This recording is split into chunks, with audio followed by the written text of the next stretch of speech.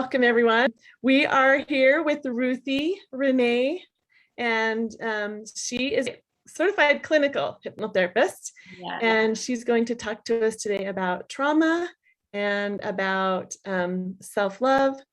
So, Ruthie, first tell us, sorry about all those distractions at first. We're so excited to have Ruthie here today. Everything that I am doing in dating Olympics and in thriving singles community, it started with my understanding that I have about these our perspectives in life that stop us. And when I started learning that concept and learning how to tap into those thoughts and free myself from these debilitating things, it changed my life, and it was so easy. It wasn't something and when I was in a place of the stress and depression and the fears I was having, it didn't feel like it was going to be an easy feat. But I learned that it was just my thoughts, and being able to understand those and change them was life changing for me. And Ruthie does this with her clients, and she's going to talk to us about that and talk to us about trauma, everything that comes out of Ruthie's mouth. I'm just excited because it's all the stuff that we teach. We want people to learn self-love more than anything. If no one gets anything else out of any of my courses, I want you to know, I want you to come out with a strong, healthy self-love. So Ruthie helps her clients with that. So welcome, Ruthie, and everyone else on the call. Go ahead, and would you tell us a little bit about first why you're doing this, and then you can explain more about what it is. What brought you to doing this? Wow. Okay. So thank you so much for having me. I am really excited to be here, and I have loved chatting with you and learning, and I love what you're doing for singles. I am divorced myself and in a new life that it's what it feels like, a whole new world. And I can't imagine where I would be at had this happened 15 years ago, the first time I wanted to get divorced, and it didn't work out, and we made some great changes and actually had a really thriving marriage for a long time.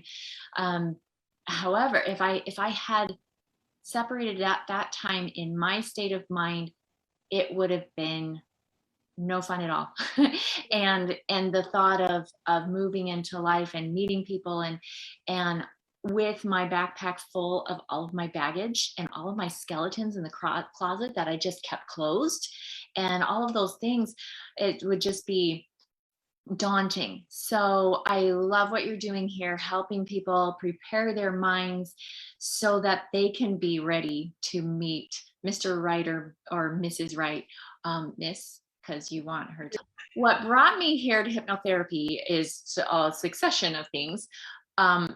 Basically, I think most people in the line of mental health are either start out investigating or learning things for themselves or for family members. And I am here for both. I started, I told people to get tissues and I didn't myself, but I was 9 years old the first time I tried to commit suicide. And luckily I wasn't very good at it. But that was my life and the way I saw, let me rephrase that. That's how I saw my life. Now I see it very differently, and I had a beautiful childhood. I just, it's hard to see your body is so healthy when your arm is broken, right? All you see is that broken arm. So I had enough broken, what I felt like were broken pieces, that led me to start thinking, I need help. I need to fix me. And of course, now I know I was never broken, but these things come into our lives for exactly the right reasons to put us on the path where we are. And my path was started learning coaching. I read all the psychology books I could get my hands on because I didn't have the funds to commit myself. I did see a therapist and he was very helpful. I saw another therapist that was not helpful at all. And I've worked with coaches that were amazing and worked with coaches that were not helpful at all. And, that's just the same in any practice, I believe. But each step brought me closer to finding more and more pieces that fit in this puzzle of healthy mental state. It was a seminar that I went to, 3 Key Elements, where I learned about the reticular activating system. If you guys don't know, I'm going to get into it a little bit in a minute, but it's also called our critical factor filter. There's a whole bunch of names for it, but the bottom line is your brain's bouncer. And that was an explosion for me to realize why I wanted to be here and couldn't get there, because I had all these programs, from most of them before I was 10, when that filter gets pretty solid. And that's when I decided to learn more. Lots of coaching tips and methods and programs were really helpful for me if I could wrap my head around it cognitively. Now, there's something called the Amygdala Hijack, where you have your primal brain, it gets programmed for safety. It's so smart. Our brilliant minds and bodies are just like, we've got it together. We just have to learn it. So when that amygdala hijack pops up, you can't reason through anything. You just have to hopefully know that you need to breathe, or have somebody to talk you off the fence or whatever. And that was the thing I wanted to get rid of. It started with dental trauma, and I had an extremely embarrassing experience where I woke up holding the dentist's hand, crying for my dead mother, and wanting my teddy bear at like 35. So that made me decide I have got to get into my subconscious mind and fix this stuff. And here I am with hypnotherapy. And now I love working with clients one-on-one. It's so fun to see the breakthroughs and see where things came from. It's always a surprise. But now what I do mostly is teach larger groups and classes on self-hypnosis. So it's the give a man a fish, he feeds for eat for a day, teach a man to fish, and he'll always be able to live, or however that goes. So that's my focus now. So, and that's what we're so excited to hear about, is how we can do this ourselves. So, first of all, I think it would be important to, we can talk about trauma. It's the feelings and the experiences, the physical reactions that we get from a traumatic experience. Traumatic experience for one person is different than another person. Something that you don't expect. An example might be adoption. A baby that is adopted into a loving, caring family, many people would think that that's not traumatic. But to many who are adopted, that baby is traumatized from being taken from their birth mom, and it's a traumatic experience, and it can affect their whole lives. So that might be an example, maybe something that's also for toddlers. A baby brother or sister, and you think this is a happy experience, and one little kid takes that role very seriously, and they love and nurture, and this is my baby, and another one will try to kill the baby because on their space. So that can be trauma is different for each person. I think it might be relative. Yes, very relative. And a lot of people, there are a lot of terms that we get trigger words that bounce around society from one thing to the next. Like, have you ever noticed that you say like a lot more this last decade than the previous 4 decades or 3 decades or whatever, however old you are? So there are trigger words, and trauma is something we see a lot of in social media now, and getting through trauma.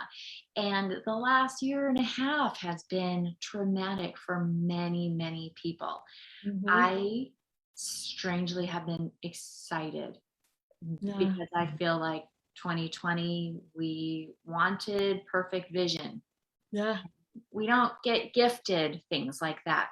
We Cool. get gifted experience to give us what we're looking for. So we have this massive global experience to really show us who we are, show us how very clearly how we are going to react, show up as in a traumatizing event or sequence like that. We call it in the hypnotherapy world a sensitizing event.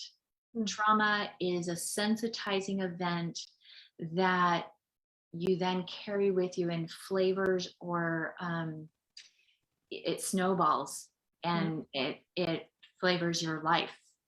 So when we're frustrated because we keep dating the same fill in the blank guy and you don't want to, but that's what you're attracting, it's because of something way back in your past, a rule, a story, a program that you decided. And to get rid of that, there are lots of ways you can do. You can do the repetition, you can do all kinds of fun things, but getting into a hypnotic state is the fastest and easiest way to change your mind like that. So good. My goal as a hypnotherapist is to not see you after 4 to 6 visits, because you've got it and you can, sometimes every so once in a while, I'll get a message from a past client. It's like, I'm just really stuck right here. I need your insight. And that's fine. That's perfect. But my goal is to see and help as many people as possible and to help yourself. So I love the teaching aspect.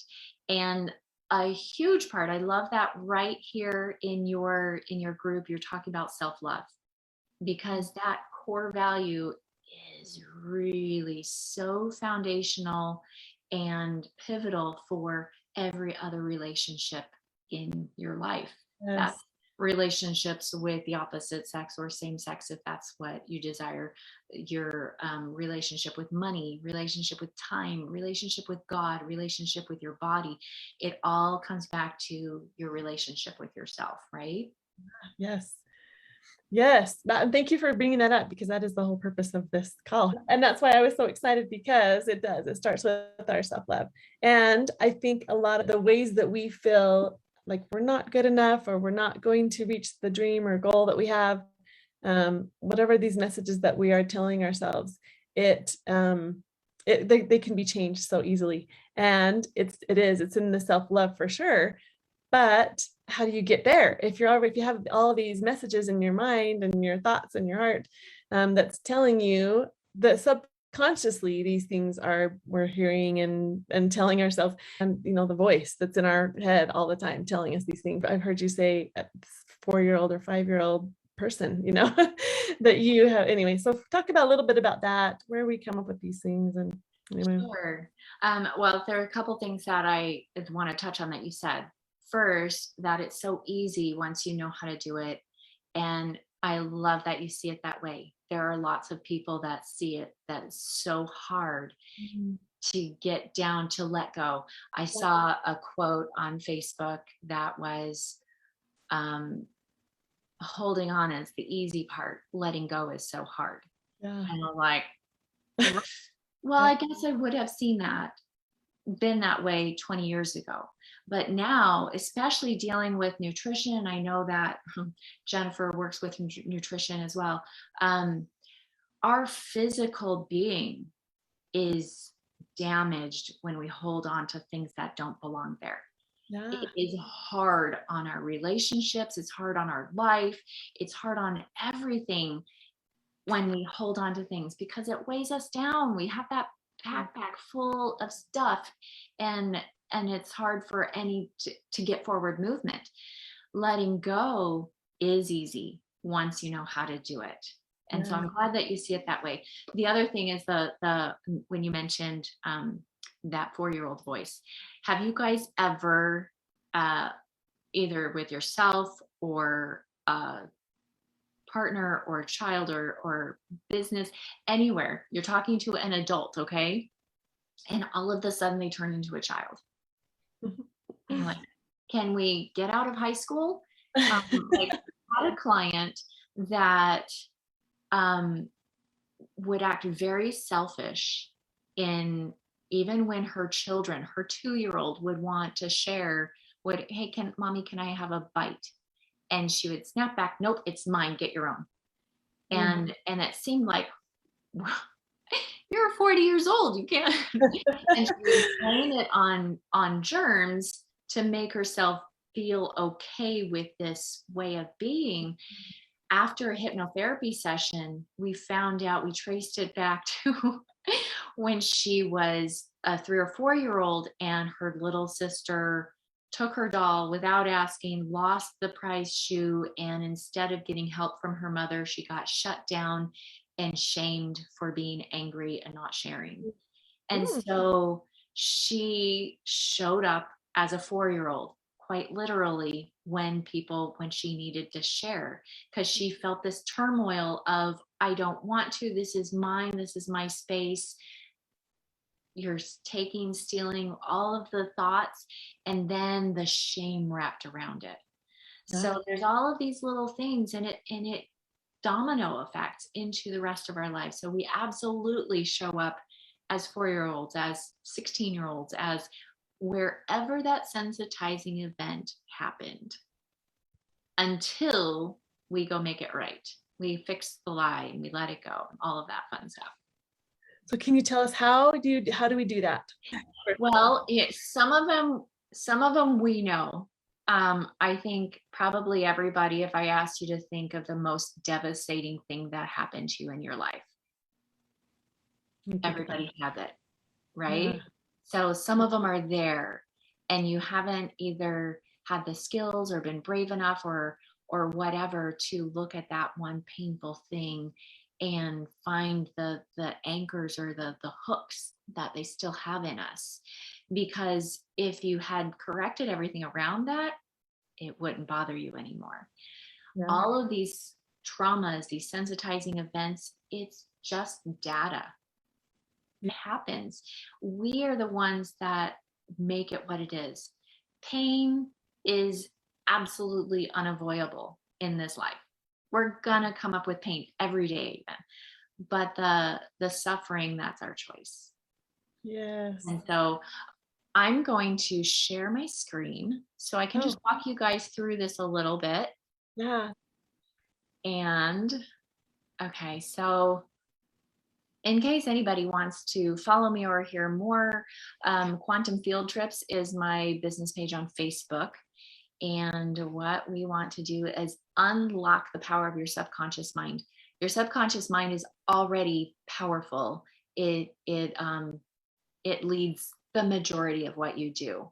Even the way you're thinking, the way you're listening to me right now is flavored from your subconscious mind. This is me. We already talked about that.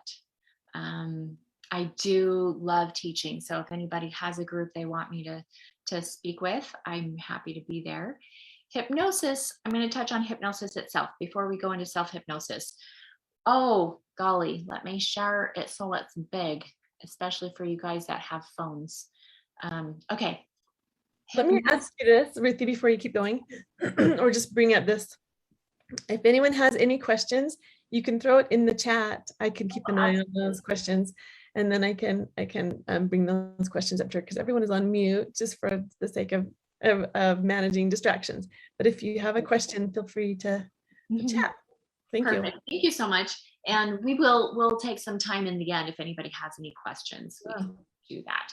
So hypnosis is just an easy, natural state of mind. We're in it all the time, all day long. In fact, some people live in a state of hypnosis. We call them zombies, and you've seen them at Walmart. I guarantee it. You've also seen it on your children's faces when they're watching TV. Yeah. Or your teenagers when they're scrolling. And that's the same face that you have when you're scrolling, by the way. It's a hypnotic state. Maybe more than 50% of what I do is de-hypnotizing.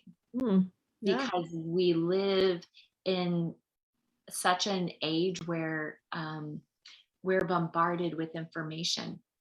And marketers know exactly how to get into your subconscious mind. They're very skilled at hypnosis. They just don't call it that. And so when you're watching TV, well, quite literally, it's called programming, right? Yeah. So it's programming your mind.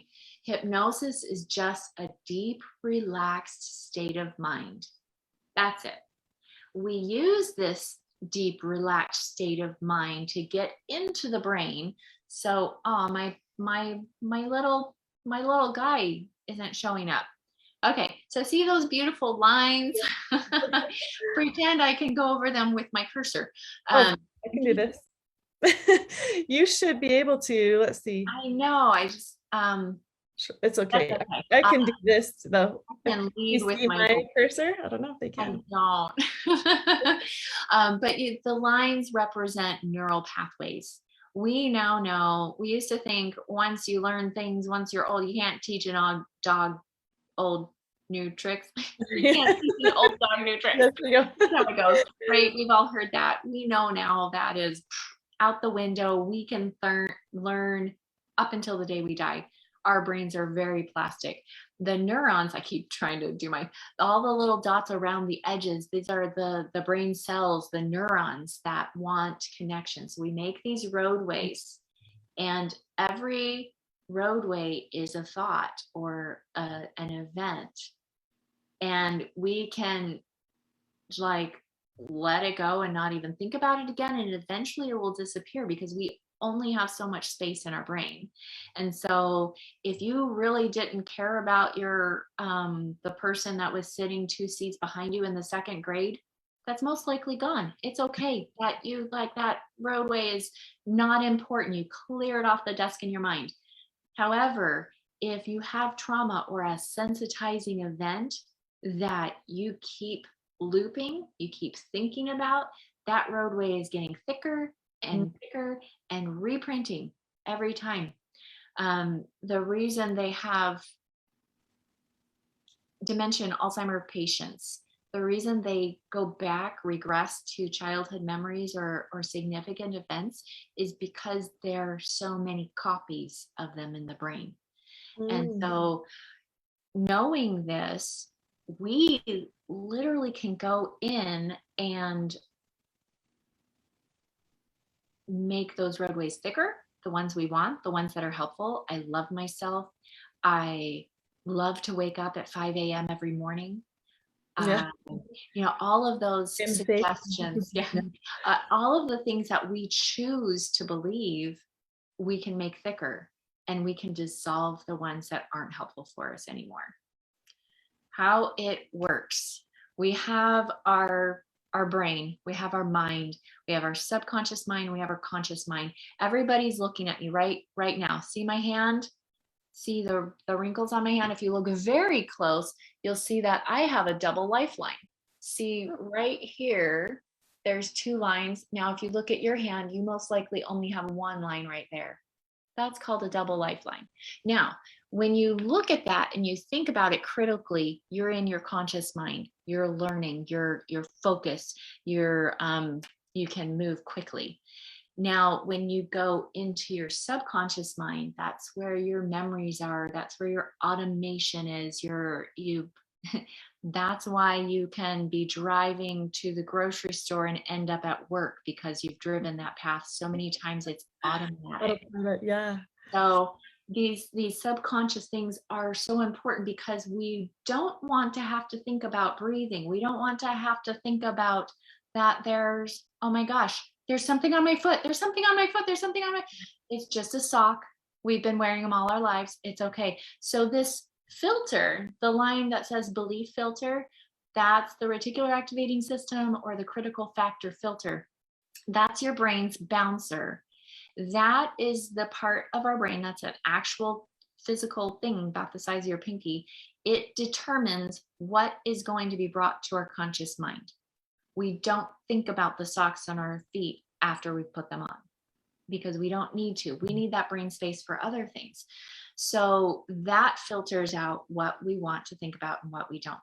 It's wonderful program. Thank you, Jesus, for putting that in there. However, if you're trying to get something into your head, like, I am worthy of love, the thought goes in. See the arrow? I am worthy of love. It goes in. But if we have somewhere in our subconscious mind a sensitizing event or events that tell us otherwise, we bounce it out. Wow. Have you ever, you guys, I'm sure everybody has heard about affirmations and the power of affirmations. And you stand like Wonder Woman or Superman and you say great things about yourself in the mirror. And how many of us have looked at ourselves and said, that's BS. I'm lying. And then that doesn't feel good, right? We don't want to be liars, but it's bouncing out. Sherry, I couldn't help but notice that, and since you're the only one everybody can see but me, I'm going to use you as a as a model. I couldn't help but notice we wore the same color today, or just about. It was so nice. But if I look at you and I'm just having a conversation, and all of a sudden I was like, wow, Sherry, that leather top is something else. Okay, does everybody see what happened on her face? Oh. It's a little bit of a like, what? Then a laugh. Yeah. Why? Why is that? Well, I'm not wearing a leather shirt, for one thing. No, not at all. And it's easy for you you learned your colors in grade school. You learned about fabric. It's an easy lie. You just bounce. It's comical. Have you ever had somebody that, or children, I love when children think they're going to hurt us and they say something. I had one boy that rode the bus with my children, and he called my son Peanut Butter Jelly Boy. And he just laughed at it. It was like, oh, okay, because he took peanut butter and honey actually to school. But my other son, it really bothered. For some reason, he felt like that was mean. But if it's not true, you bounce it out. Yeah. Now, if I said, I don't know what your core issues or sadnesses or any triggers that you have, but if I said, Sherry, you're a terrible mother. Yeah, that would bounce out just like the other one. Which really, if there was a time, yes. I'm glad you're bringing this up. This is so good, because we do this. We want to have these affirmations and we push them out and we say, this is not comfortable. It's not true, but how do we know if it's these filters that are pushing it out, if it's really not true? Like, if we really, I think we would consciously know certain things really are true, but I don't know. Well, you would think. How do you determine? We have so many facts now that we never knew before, because we're evolving as a species. We're learning new things. We know now that we have to wash our hands before we perform surgery. Yeah. Probably a good idea before we eat. And even now we wash our hands 1,000 times a day before we even look at anybody. So, but before, that would have been laughable. Like, it just wouldn't have been true because they're invisible. Nobody knows that that's real. So as we evolve, then we learn new things, and that's where it gets tricky. We have learned facts all along the way. Are we willing to question those? Are we willing to soften that belief filter and see things clearly? Because I can tell you, your higher self, your soul, knows exactly what pure truth is and what isn't. So we get into a hypnotic state where we're safe. That's number one key. You have to feel safe to get in a relaxed state. People that go up on stage shows, hypnotist shows, and they're so easily hypnotized, and they dance and they quack like a duck and whatever they do, and then they're fine later. They are just naturally somnambulistic is the technical term, but it's easy to get into that hypnotic state and and they feel comfortable. If you have trust issues, it's not going to work for you. And that's okay. But so a big part of hypnosis is getting into that deep relaxed state and finding a guide or yourself, who's some people aren't comfortable with themselves. That's me, the first thing to work on. Yeah. So that you can look at it. It's this interesting place where you're dissolving that filter, where your conscious mind can look at your subconscious mind and see each other and make things happen. So to get through, there are different things that you can do. Repetition is one. If you tell a child something long enough, they're going to eventually believe it. And that also works with adults too, for the better or the worse. Right? So, words have so much power and meaning. We need to be very careful when we use them. Other ways to get through: music. When we're doing affirmations, how many people put on that epic or soothing meditative music? Music helps soften it. Another reason why a lot of religious leaders will say, don't listen to bad music. It's literally getting in your head. Yeah. I remember my 12-year-old, I think he was 12 at the time. He would listen to Radiohead, and he had no problems in his life. He had such a great life, but he listened to Radiohead all of a sudden, and he was depressed all the time. And he wanted to make connections with his life, how he could feel that song. It speaks to me. He made it up. He made up stories so it could be real because it got in there. So we want to know the difference, when to be conscious and fully forward, so that we can't be duped. So we're not gullible. We're not that somnambulistic when it's not helpful for us. And also able to drop the wall. You guys know about those walls, right? We all have the walls we put up. We go on a date, and my safety goes up, and so nothing can get through. Started, yeah. But we want to be able to be in a place with people that we know are safe to drop those walls, because that's when the connection really gets in. So, I don't want to go there. That's a good image to describe it.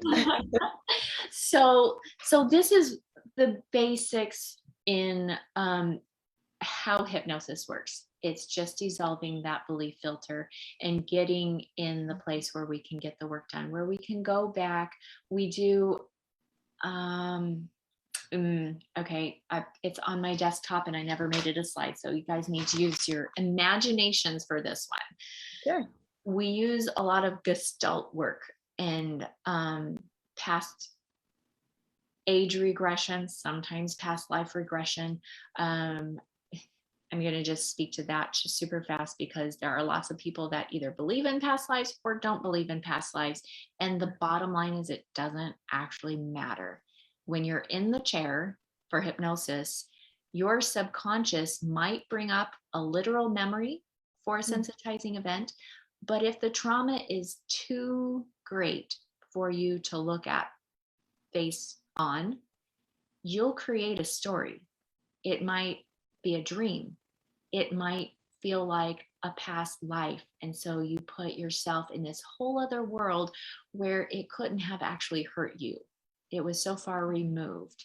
Or some people will actually be on other planets. Or I had a client who was a mermaid.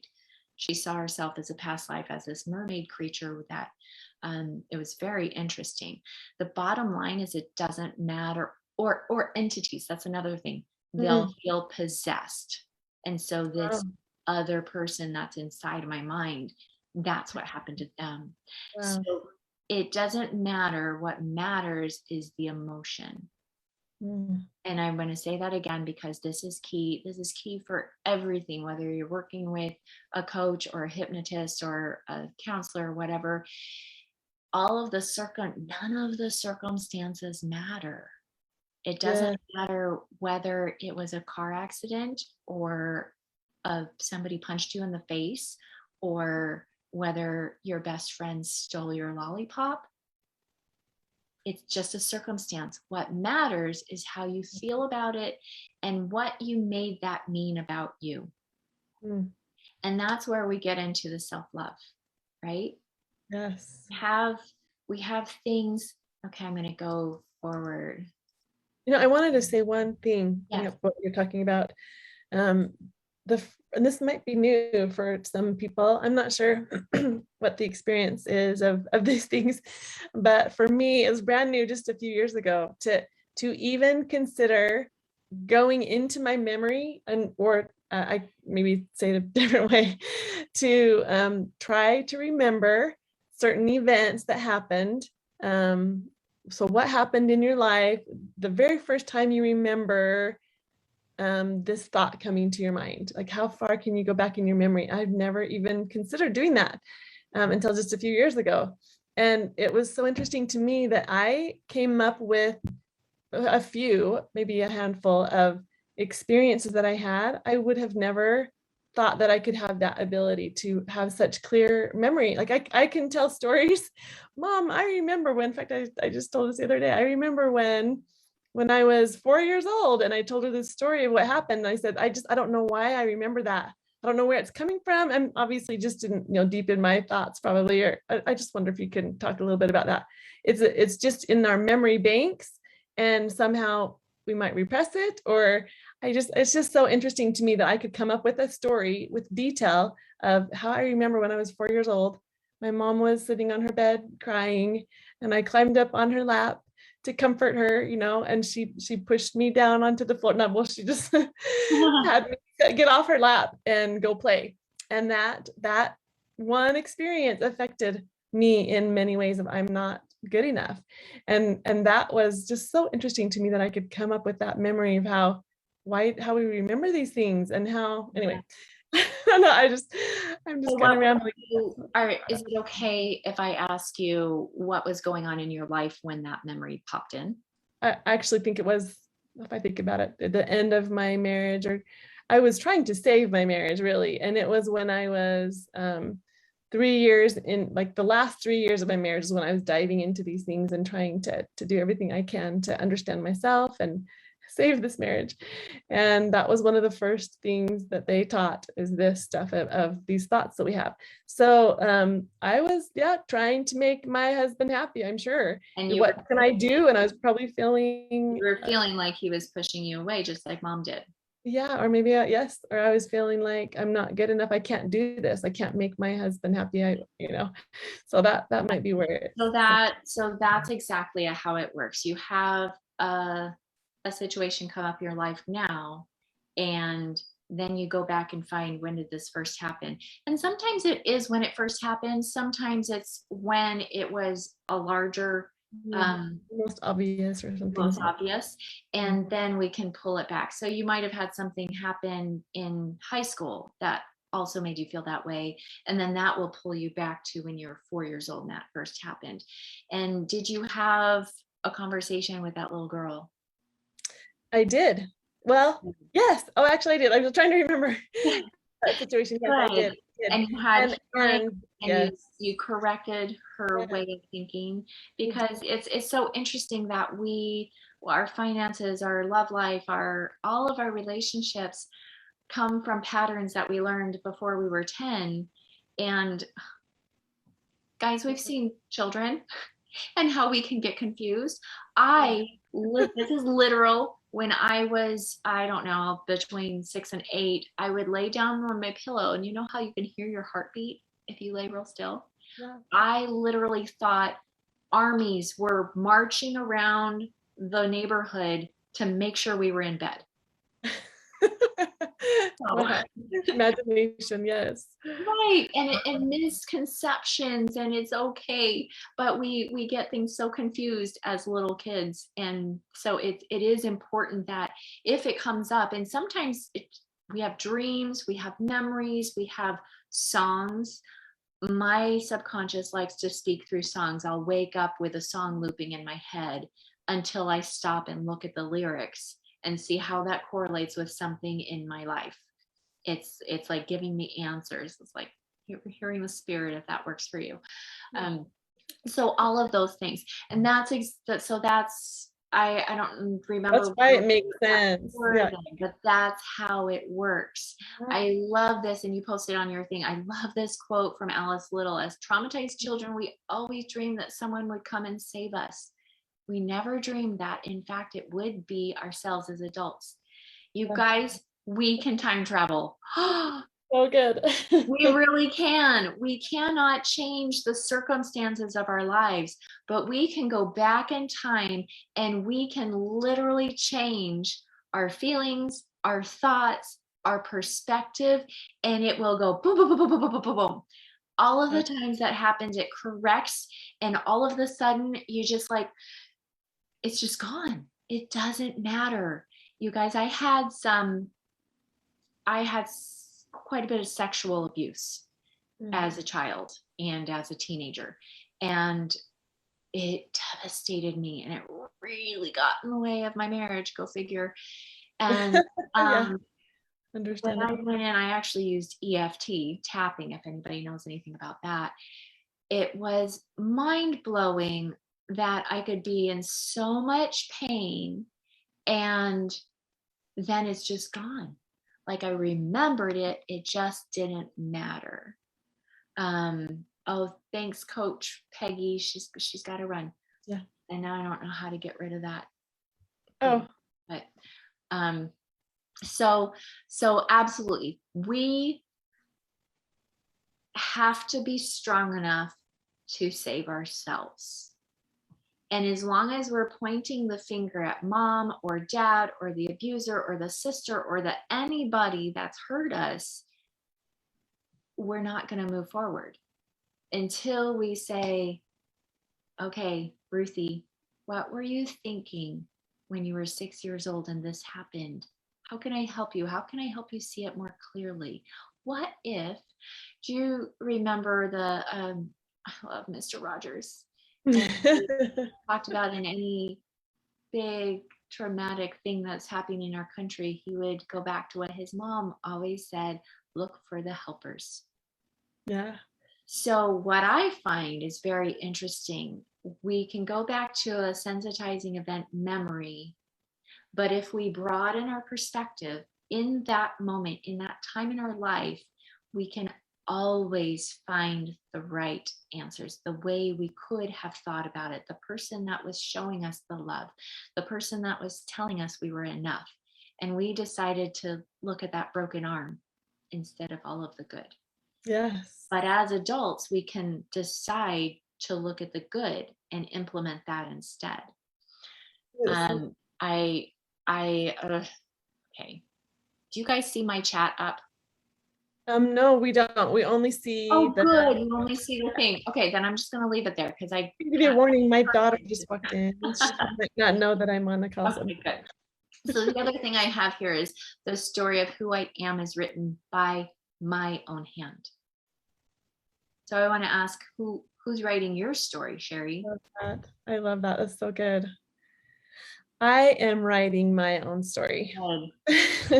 Your ex doesn't get to write your story. No. No, your mom doesn't, your dad doesn't, your sister doesn't. You write your story, unless you could turn the pen over to somebody else, but then we feel anxiety, we feel depression, we feel angst, we feel cognitive dissonance when somebody else is in charge of our story. Yeah. So we can rip those up. Maybe we can decide what the stories were and rip them up and write a new story. In fact, you can write down, who told me this? Where did it come from? Sometimes your hand knows before your brain knows. If you ask, that's why journaling is so helpful, the mind dump. Okay. Oh, it's not going to let me. Okay.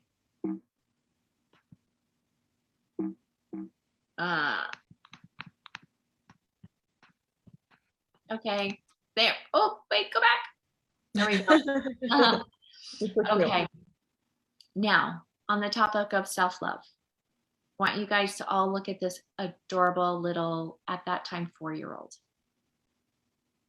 Don't you just love her? Her smile, her excitement, Look at, she's driving. It doesn't matter that it's sitting still on the grass. She is driving. She is, see the direction of her eyes. She's clear in her vision of where she's going. And you just love her, don't you? Yes. It's so easy to just love her. Okay, now I want you to close your eyes. And I want you to see Sherry or Rachel or Jen. I want you to go back in time to a place where you can see that little girl or that little boy was so worthy of love. Just feel it. And it's easy to give them love, isn't it? And Yes. you know, oh, and look, you get some extra love. I just got home. Yeah. Even though, oh, she can do this with us, even. Yeah. With us. Even though that, however old you were at that time that you pictured, you might have been a baby.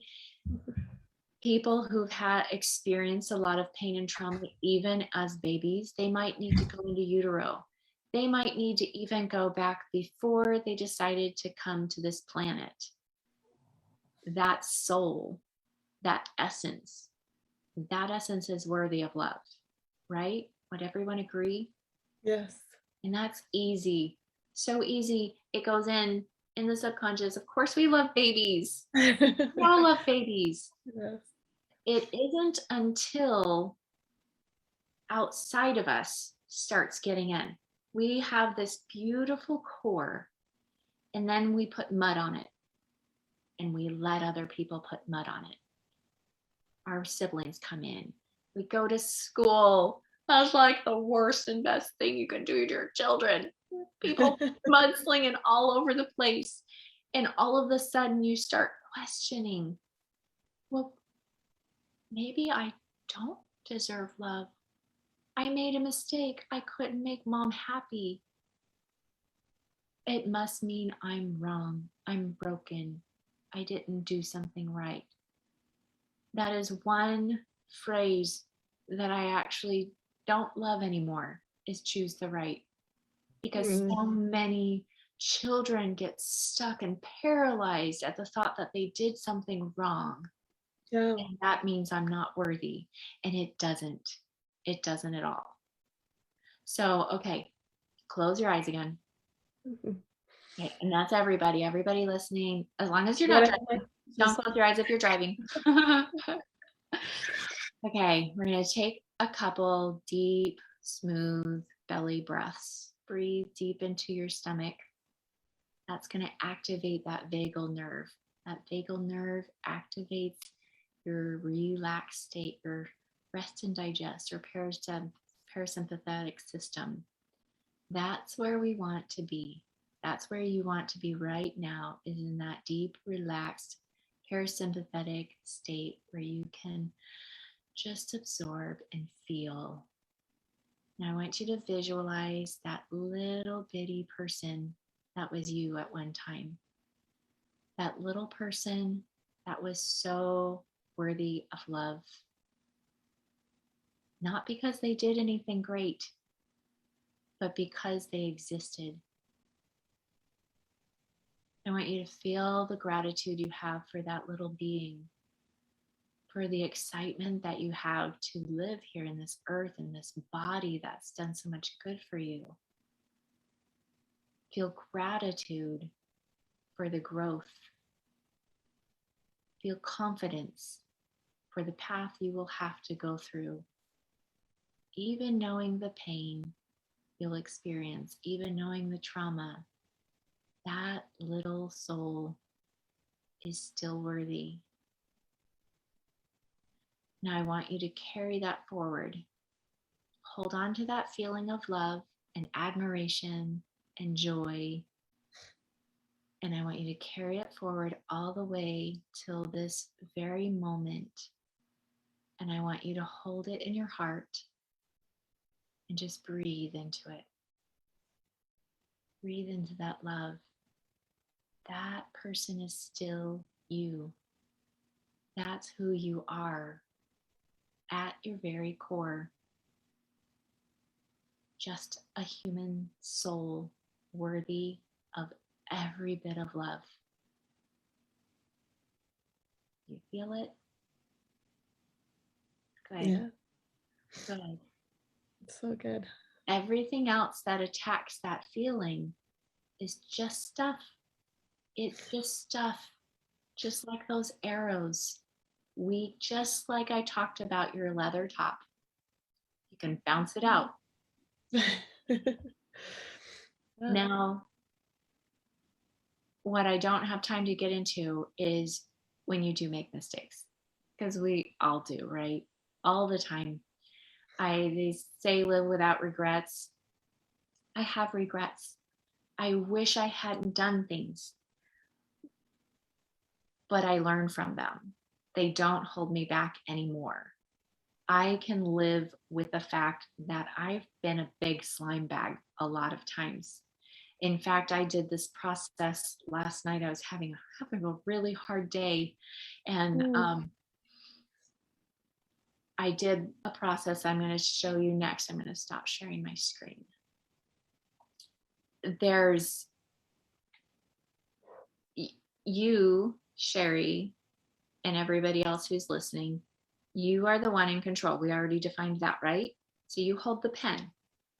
You are the one, you're the programmer. You're the master programmer. You decide what gets into your subconscious, what to pull out. So you can give your brain a directive. You can. Yes. The easiest time to do that is at night, right before that twilight, right before you drift off to sleep. And this is something that I do at the beginning of all of my classes. I just decided to give this to you anyway, because it's powerful. It's so simple and it's powerful. It's been fun, like, to follow my clients and see what they do with this one simple tool. So are you guys willing to do it? Yes. Okay. Before you go to bed, in the relaxed state, after you take a few deep breaths and you feel yourself sinking, you can feel when you're starting to go to sleep, right? You drift off and then you shake and you're awake again. You're like, dang it, be still, body. That's just energy leaving. But anyway, so as you're drifting off, you loop a thought in your head. How many of us loop thoughts anyway? And sometimes they're not very nice. Even if you have to say, okay, yes, I hear you, and I'm going to put it on the shelf and I'll look at you tomorrow. But right now, I have a directive for my mind. For one of my clients, it was to wake up refreshed and active and full of energy at 5 a.m. And she did it, and she's been doing it every day since then. That was months ago. Wow. And other people, I actually did this one time. I love healthy food. I crave the things that are healthy for me. And amazingly enough, I was at the checkout where they have all of those temptations right at the checkout. And I saw Cheetos were my guilty pleasure. And I looked at them and thought, and immediately my brain thought, clementines. That's what we want. And so I left the line and I wanted to reward myself for doing it. And I went and got some clementines. So you have no idea how it will work, but you put that directive into your subconscious mind. If it's something you want to figure out or remember, I need to forgive. I want to forgive this person, forgive, and loop it. Forgive mom, I forgive mom, I forgive mom, I forgive mom. Show me how. And that's the key. Show me how. And then you have a pad of paper by the bed and you keep notes, because you start having crazy dreams. And you're like, what the heck does this mean? But then you sit still again. What could this mean? And you define it yourself, or you send me a Marco Polo and say, Renee, what does this mean? And we work through it together. It could be the day after. It could be 2 days after. And just in the middle of nowhere, you get the thought. But I promise you it happens and it works, because your subconscious mind knows everything that you need to do for healing, for moving forward, for staying safe. just like when you were ready, it was exposed to you that at 4 years old, you learned the story of I'm not good enough because I didn't make mom happy. Our minds are so amazing. They are. There's so much to share. And I just, now that I'm out of the big screen, I can see what time it is. And so I will leave with that. But if you want to learn more, on my birthday's Tuesday, Yeah. and that's my welcome class for my new group of students, which starts on the 7th. But my welcome is for anybody that's still curious and wants to learn more and see if maybe I want to learn self-hypnosis, because there is so much more to it. It's like the law of attraction. Have you ever attracted something that you thought you wanted, and then when you got it, you're like, ew, I really don't want this? Yes. It happens. So we focus on getting clear on what's actually helpful for our progress, not just what we think we want. Because we think we want a big house and money and a hot guy or a hot girl. And that's not what it's about. It's about what we're feeling. It's all about the emotions, you guys. If you take anything away, you're worthy of love. You always have been. None of the rest matters. That's all just noise to make you believe otherwise. And 2, it's your emotions and feelings that you need to look at, not the circumstance. Very good, Ruthie. Thank you so much. You have shared some amazing insights for us. I did want to share just quickly before we say goodbye, a post that I found on your page, the quantum field trips.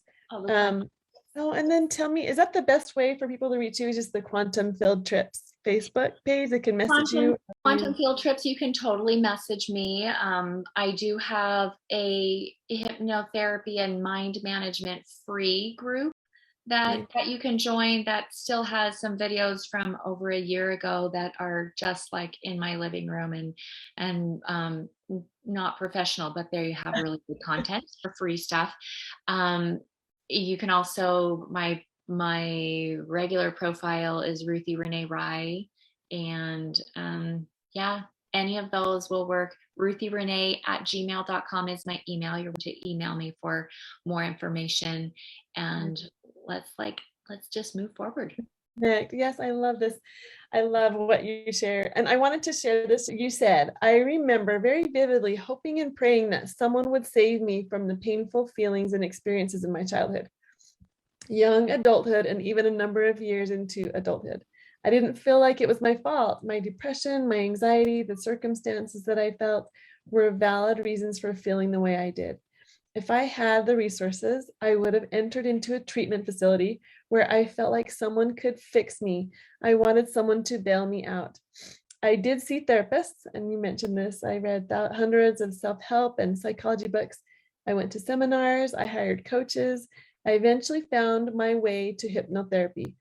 But somewhere along the line, I realized it was me. I had the power and strength to save me. I asked for help and advice and studied options that might help. Some did and some didn't. I made mistakes. There were times when I just stayed in bed and tried and prayed for someone to save me again, for God to take me home. Then I would start all over again. I practiced being happy before I was. I celebrated forward movement when I noticed it. I allowed myself to feel sad, angry, frustrated, and anything else, but at a time when I could keep it away from my family, like the shower or car. Then, little by little, the scales began to shift. Instead of feeling depressed or overwhelmed, or it's not fair the majority of the time, it shifted to joy and acceptance, grace and resilience most of the time. It was me that did it. Yes, I had help, but I sought it out. I decided I wanted to change. I was my own older and wiser rock of a person to carry me forward. For my religious friends, I know you're thinking only Christ can save, and you may be right. Still, he requires us to do the work of knocking, or of asking, of doing all we can, and then allowing God's healing power to take effect. So, my friend, if you're at rock bottom or the end of your rope, or just not where you want to be, and you wish someone could just give you a hand a handout and save you, start with the one in the mirror.